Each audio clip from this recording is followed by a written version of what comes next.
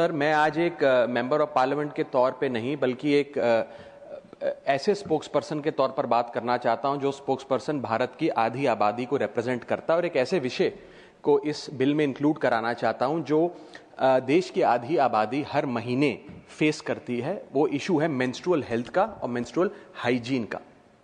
Sir, समाज में इस विषय को जानते सब हैं लेकिन बात करने से कतराते हैं और हमारे समाज ने मेंस्ट्रुअल हेल्थ और मेंस्ट्रुअल हाइजीन के इस इशू को साइंस का इशू नहीं बल्कि साइलेंस का एक इशू बना दिया है और ये एक नेचुरल बायोलॉजिकल प्रोसेस को एक सोशल टैबू में तब्दील कर दिया है। सर, ये इशू, ये विषय तो नेचुरल है लेकिन इस पर बात ना करना अननेचुरल है। और इसी के साथ साथ सर मैं ये भी कहना चाहता हूं कि आज भारत देश में लगभग 35 करोड़ से ज्यादा महिलाएं मेंस्ट्रुअल साइकिल की इस प्रोसेस से गुजर रही हैं, जिसमें से 120 मिलियन यानी कि 12 crore adolescent girls face menstrual hygiene and challenges every single year and as a result 23 million girls यानी कि 2.3 करोड़ गर्ल्स हर साल स्कूल से ड्रॉप आउट हो जाती हैं, स्कूल जाना बंद कर देती हैं क्योंकि वहां इनएडिक्वेट मेंस्ट्रुअल हेल्थ फैसिलिटीज हैं। Sir, lack of sanitation and lack of access to menstrual products के चलते हमारी बेटियां ऑन एन एवरेज 60 दिन साल में स्कूल मिस करने को मजबूर होती हैं और वर्किंग महिलाएं महीने में 2 से 5 दिन अपना ऑफिस मिस करने को मजबूर होती हैं। सर, हम एक ऐसे देश में रहते हैं जहां शराब और सिगरेट तो खुलेआम बेची जाते हैं लेकिन सैनिटरी पैड को अखबार में लपेट के दिया जाता है जैसे कि आप कोई इलीगल प्रोडक्ट खरीद रहे हो या इलीगल प्रोडक्ट का एक्सेस पा रहे हो। पीरियड नेचुरल है लेकिन स्टिग्मा उसके अराउंड जो है वो अननेचुरल है। साइंस नेचुरल है लेकिन उसके अराउंड साइलेंस अननेचुरल है।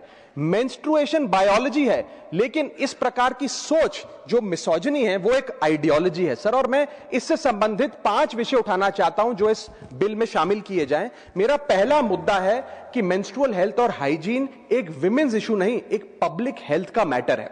सर, एक सर्वे बताता है कि मेंस्ट्रुअल हाइजीन के चलते लगभग 91.7% महिलाएं किसी न किसी प्रकार की एक बीमारी का शिकार होती हैं जिसके चलते वे डॉक्टर के पास नहीं जा पाती हैं क्योंकि एक सोशल स्टिग्मा इसके अराउंड अटैच कर दिया गया है और फीमेल डॉक्टर्स की कमी रहती है। सर, पीरियड और मेंस्ट्रुअल साइकिल के चलते 3 प्रकार की बीमारियां महिलाओं में देखी जाती है। पहली है रिप्रोडक्टिव ट्रैक्ट इंफेक्शंस, दूसरी है increased risk of cervical cancer और थर्ड है सर यूरिनरी ट्रैक्ट इंफेक्शंस। इन इंफेक्शंस को ना असेस किया जाता है और ना इन बीमारियों का इलाज किया जाता है क्योंकि ये एक सोशल टैबू और स्टिग्मा हमारे देश में बन गया है। 2024 की NIH का स्टडी बताती है सर कि 16 राज्यों में जब सर्वे किया गया तो उसमें पाया गया कि 14.3% of the girls saw treatment from health professionals for menstrual problems, यानी कि 100 में से मात्र 14 लड़कियां ही, बच्चियां ही डॉक्टर या अस्पताल जा सकी क्योंकि वे राघव जी बहुत इंपॉर्टेंट चीज आप बोल रहे हैं जी, पर इसे बिल से जोड़कर बिल है। मैं सर इसमें अभी आने वाले समय में रिकमेंडेशंस दूंगा, मैं एक एक करके आ रहा हूं। मैं बिल्कुल जोड़ूंगा, बिल्कुल, मैं भली भांति जानता हूं क्या विषय है सर बिल का, अब चिंता ना करें, मैं जोड़ूंगा।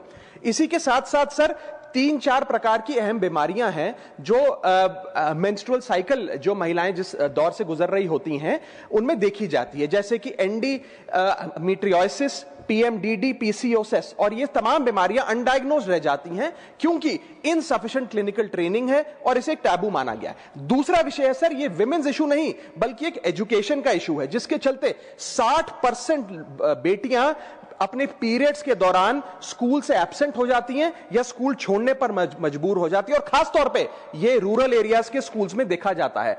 सर, टॉयलेट होना एक चीज है लेकिन यूजेबल टॉयलेट होना एक और चीज है, इसमें बहुत फर्क है। और यदि टॉयलेट में पानी नहीं, प्राइवेसी नहीं, सोप नहीं, डिस्पोजेबल बिन नहीं और सैनिटरी पैड्स नहीं तो वो टॉयलेट नहीं, मात्र एक कमरा है। इसी के चलते मैं कहना चाहता हूं कि सैनिटरी इंफ्रास्ट्रक्चर फैसिलिटी का जो गैप है ये एक इंफ्रा गैप नहीं है, ये डायरेक्टली हमारी बेटियों की एजुकेशन से लिंक्ड है। थर्ड प्रॉब्लम है सर कि ये विषय विमेन्स इशू नहीं बल्कि एक डिग्निटी का इशू हमारे देश में बन गया है। Sir, everyday we see realities and cultural stigmas, और मैं कुछ स्टैटिस्टिक्स के आधार पे आपको बताना चाहता हूं कि डीप रूटेड कल्चरल टैबूज और रिलीजियस नोशंस के चलते जो महिलाएं अपने पीरियड से गुजर रही होती है उन्हें एक इम्प्योर या अशुद्ध कहकर किनारे कर दिया जाता है, उन्हें किचन में प्रवेश नहीं करने दिया जाता, बहुत जगहों पे उन्हें सामाजिक फंक्शंस में नहीं आने दिया जाता है। और 33% ऑफ द विमेन, एक सर्वे के मुताबिक उन्होंने यह रिपोर्ट किया that they had no knowledge about menstruation before their first period arrived. यानी कि 1/3 महिलाएं ऐसी हैं जिन्हें अपने पीरियड के बारे में जानकारी भी नहीं थी कि ऐसी कोई चीज होती है, क्योंकि लैक ऑफ एजुकेशन है, एक सोशल टैबू है, एक स्टिग्मा है। 28% महिलाओं ने यह कहा एक सर्वे में कि वे आइसोलेटेड महसूस करती हैं मेंस्ट्रुएशन के दौरान, reflecting practices of temporary exclusion with in their households. Sir, इसके साथ साथ 32% महिलाओं ने कहा कि अपने पीरियड के दौरान वे एक्सक्यूजेस बनाकर उसे हाइड करने का प्रयास करती हैं क्योंकि वे स्ट्रॉन्ग सोशल प्रेशर महसूस करती हैं। और इसी के साथ साथ एक नेशनल सर्वे बताता है कि 61.4 girls acknowledge societal embarrassment surrounding menstruation, which effectively highlights the normalization of this stigma. Sir, ये एक बायोलॉजिकल रियलिटी है जिसे हम लोगों ने एक सोशल शेम में तब्दील कर दिया है और साइंस को साइलेंस का विषय बना दिया है। सर, आज मुझे लगता है कि स्थिति ऐसे बन गई है कि मेंस्ट्रुएशन बायोलॉजी से ज्यादा मोरालिटी का विषय बनता जा रहा है। मेरा चौथा पॉइंट है, ये विमेन्स इशू नहीं, अफोर्डेबिलिटी का इशू है। सर, सरकार ने एक अच्छा कदम यह उठाया कि सैनिटरी नैपकिंस पर जीएसटी समाप्त कर दिया ताकि सैनिटरी नैपकिंस को अफोर्डेबल बनाया जाए। लेकिन इसके साथ साथ कई इस प्रकार के मेंस्ट्रुअल प्रोडक्ट्स हैं जैसे कि टैम्पॉन्स, मेंस्ट्रुअल कप्स एटसेट्रा, जिन पर आज भी जीएसटी लगता है। और इसके साथ साथ सैनिटरी नैपकिन्स और इन प्रोडक्ट्स को बनाने में जो रॉ मटेरियल यूज होता है जैसे कि एब्जॉर्बेंट पॉलीमर्स, टिश्यूज, ग्लूज और नॉन वोवन फैब्रिक, इन सब पर आज भी जीएसटी लगता है, जो मुझे लगता है समाप्त होना चाहिए। Speak on the bill. मैं आ रहा हूं सर, आ रहा हूं। I'll come to the subject. I will make recommendations. अलग सब्जेक्ट है। I will make recommendations. Sir, permit me to speak. I will make recommendations. I'm coming to that. बिल्कुल आऊंगा। Period poverty एक वास्तविकता है सर, और उस पीरियड पावर्टी से मेरा मतलब है कि क्योंकि मेंस्ट्रुअल हाइजीन से रिलेटेड जो प्रोडक्ट्स हैं वो बाजार में इतने महंगे मिलते हैं, ऑन एन एवरेज एक महिला को 300 से 500 रुपए महीने अपनी मेंस्ट्रुअल हाइजीन पे खर्च करना पड़ता है, which is twice the minimum daily wage in India, and as a result only 36% of 35 crore Indian women use hygienic period products. जो बोलेंगे बिल पर सर, आप एक क्यों रोक रहे हैं सर? इतना इंपॉर्टेंट विषय पे बात कर रहा हूं। मैं आ रहा हूं सर, मेरे को बोलने, मेरा ये काम है आपको बताना। मैंने सुन लिया सर, मैं बिल्कुल आ रहा हूं। अगेन आप आ रहे हैं, मैं बहुत देर से सुन रहा हूं। The protection of sir, I want sexual offenses, I want all these to be included in this bill. You speak on the bill. Yes, it concerns our women, our daughters, and I want this to be included in the bill. Come on that. I want this included in the bill. उस bill पर बोलिए। So do I have the permission to speak? I want this included in the bill. भूमिका के बजाय bill पर आइए, बोलिए जितना समय बोले। But I want this to be included in the bill. Please. मैं ये कह रहा हूं, इसको इंक्लूड करिए बिल में। इसमें क्या समस्या है सर? मैं ये बड़ा गंभीर विषय है, मैं चाहता हूं इसे बिल में जोड़ा जाए। विषय पर बोलना चाहते हैं ना सर? मैं चाहता हूं इसको बिल में जोड़ा जाए। बोलने दीजिए ना, बार बार रोकेंगे, मेरा फ्लो रोक नहीं रहा हूं मैं। आप शुरू से अब तक अपने बोलने के 10 मिनट में आपने 8 मिनट तक पृष्ठभूमि बताई।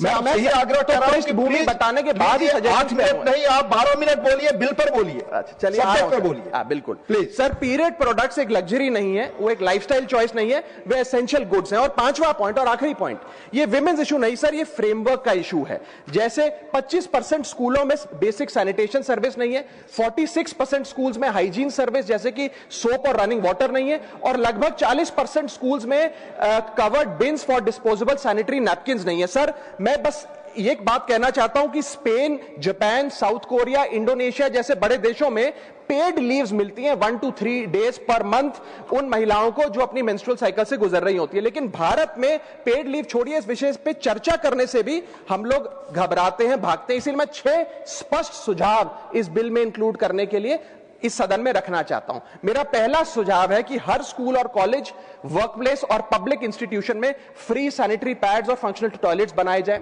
दूसरा, schools, anganwadi centre, public health care centre और आशा नेटवर्क्स के जरिए अफोर्डेबल या फ्री मेंस्ट्रुअल प्रोडक्ट्स घर घर में पहुंचाए जाएं। रॉ मटेरियल्स जो हैं, जो मेंस्ट्रुअल प्रोडक्ट्स को बनाने में इस्तेमाल होते हैं, उन पर भी जीएसटी समाप्त किया जाए।